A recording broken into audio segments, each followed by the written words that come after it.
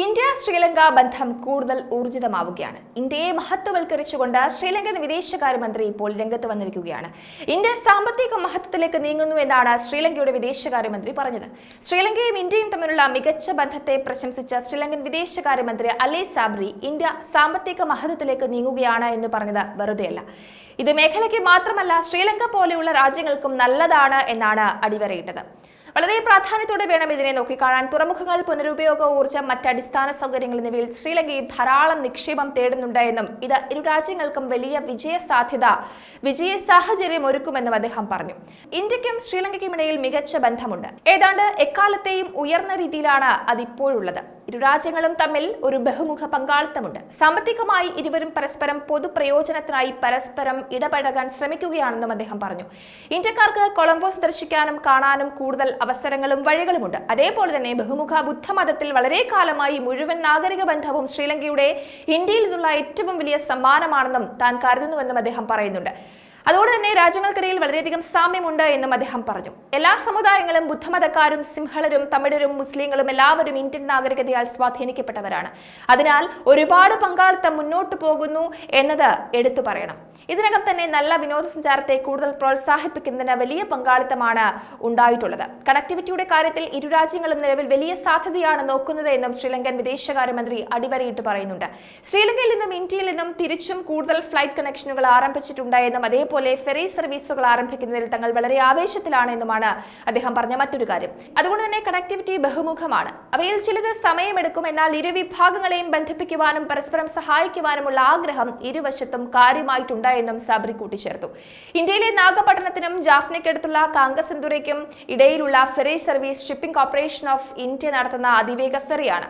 അതിനിടെ ശ്രീലങ്കൻ വിദേശകാര്യമന്ത്രി അലി സാബ്രി ബ്രിക്സ് ഗ്രൂപ്പിൽ ചേരാനുള്ള രാജ്യത്തിന്റെ താൽപര്യം പ്രകടിപ്പിക്കുകയും ചെയ്തു. ബ്രിക്സ് ഗ്രൂപ്പിൽ ചേരുന്നതിന് ഔദ്യോഗികമായി അപേക്ഷിക്കുമ്പോഴെല്ലാം ശ്രീലങ്ക ആദ്യം എത്തുന്നത് ഇന്ത്യയിലേക്കായിരിക്കുമെന്നും അദ്ദേഹം ഊന്നി പറഞ്ഞു. ബ്രിക്സിലേക്ക് എത്തുന്നതിന് ഇന്ത്യയുടെ പിന്തുണ തേടുന്നുവെന്നാണ് ശ്രീലങ്ക അറിയിച്ചത്. 2024 ജനുവരി 1 ബ്രസീൽ, റഷ്യ, ഇന്ത്യ, ചൈന, ദക്ഷിണാഫ്രിക്ക എന്നിവയും കൂടാതെ Egypt, Ethiopia, Iran, United Arab Emirates എന്നീ 4 പുതിയ അംഗങ്ങളും ഉൾപ്പെടുന്ന ഇന്റർ ഗവൺമെന്റൽ ഓർഗനൈസേഷനായ ബ്രിക്സിന്റെ ചെയർമാൻ സ്ഥാനം റഷ്യയ്ക്കാണ്. ബ്രിക്സിൽ ചേരാനുള്ള മറ്റ് രാജ്യങ്ങളുടെ താൽപര്യം അതിന്റെ വർദ്ധിച്ചു വരുന്ന അധികാരത്തിന്റെയും അന്താരാഷ്ട്ര കാര്യങ്ങളിൽ അതിന്റെ ശക്തമായ പങ്കിന്റെയും സൂചനയാണ് എന്നത് എടുത്തു പറയണം. എന്തായാലും ശ്രീലങ്കയ്ക്ക് എല്ലാ പിന്തുണയും ഇന്ത്യ നൽകുമെന്നത് ഉറപ്പാണ് എന്നാണ് ഒരു വിഭാഗം പറയുന്നത്. ഇന്ത്യയും ശ്രീലങ്കയും തമ്മിലുള്ള ബന്ധത്തിന്റെ ആഴം ചരിത്രത്തിൽ വ്യക്തമായിട്ട് രേഖപ്പെടുത്തിയിട്ടുണ്ട്. ഇന്ത്യക്കും ശ്രീലങ്കയ്ക്കും പുരാതന കാലം മുതലുള്ള സാംസ്കാരിക, മത, വ്യാപാര ബന്ധങ്ങളുടെ നീണ്ട ചരിത്രമുണ്ട്. ഇരു രാജ്യങ്ങളും തമ്മിൽ ശക്തമായ സാംസ്കാരിക ബന്ധമുണ്ട്. നിരവധി ശ്രീലങ്കക്കാർ അവരുടെ പൈതൃകം ഇന്ത്യയിലേക്ക് നയിക്കുന്നുണ്ട്. ഇന്ത്യയിൽ ഉത്ഭവിച്ച ബുദ്ധമതം ശ്രീലങ്കയിലെ ഒരു പ്രധാന മതമാണ്. അതേപോലെ തന്നെ സാമ്പത്തിക സഹായം നൽകിയും ഇന്ത്യ എപ്പോഴും ശ്രീലങ്കയ്ക്കൊപ്പം ഉണ്ടായിരുന്നു. ശ്രീലങ്കയുടെ സാമ്പത്തിക പ്രതിസന്ധിയുടെ സമയത്ത് ഇന്ത്യ ശ്രീലങ്കയ്ക്ക് ഏകദേശം $4 ബില്യൺ മൂല്യമുള്ള സഹായമാണ് നൽകിയത്. ഇത് പ്രതിസന്ധിയെ അതിജീവിക്കാൻ ശ്രീലങ്കയ്ക്ക് നിർണായകമായിരുന്നു. 1948 ബ്രിട്ടനിൽ നിന്ന് സ്വാതന്ത്ര്യം നേടിയതിനു ശേഷമുള്ള ഏറ്റവും മോശമായ സാമ്പത്തിക പ്രതിസന്ധിയാണ് 2022 ശ്രീലങ്കയെ ബാധിച്ചത്. വിദേശ നാണയ ശേഖരത്തിന്റെ കടുത്ത ദൗർലഭ്യം കാരണം, അതേപോലെ തന്നെ കടം പുനഃക്രമീകരിക്കുന്നതിന് ശ്രീലങ്കയെ സഹായിക്കുന്നതിന് അന്താരാഷ്ട്ര നാണയനിധിയുമായും കടക്കാരുമായും സഹകരിച്ച് പ്രവർത്തിക്കുന്നതിൽ ഇന്ത്യ ഒരു പ്രധാന പങ്ക് വഹിച്ചിട്ടുണ്ട്. ശ്രീലങ്കയുടെ ധനസഹായത്തിനും കടം പുനഃക്രമീകരിക്കുന്നതിനുമുള്ള പിന്തുണ കത്ത് കൈമാറിയ ആദ്യ രാജ്യമായിട്ട് ഇന്ത്യ മാറി. പീപ്പിൾ ടു പീപ്പിൾ കണക്ടിവിറ്റി, പുനരുപയോഗ ഊർജ്ജ സഹകരണം, ലോജിസ്റ്റിക്സ്, തുറമുഖ കണക്ടിവിറ്റി, വൈദ്യുത വ്യാപാരത്തിനായുള്ള ഗ്രിഡ് കണക്ടിവിറ്റി എന്നിവയുൾപ്പെടെ സമഗ്രമായ കണക്ടിവിറ്റിക്ക് ഊന്നൽ നൽകുന്ന സംയുക്ത വീക്ഷണമാണ് ഇരു രാജ്യങ്ങളും തമ്മിൽ യോജിപ്പിക്കുന്നത്.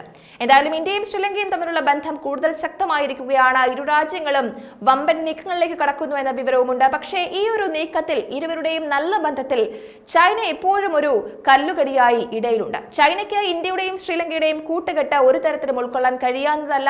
ചൈന ശ്രീലങ്കയെ ഇന്ത്യയിൽ നിന്ന് അകറ്റുവാനാണ് പരോക്ഷമായും പ്രത്യക്ഷമായും ഒക്കെ ശ്രമിച്ചുകൊണ്ടിരിക്കുന്നത്.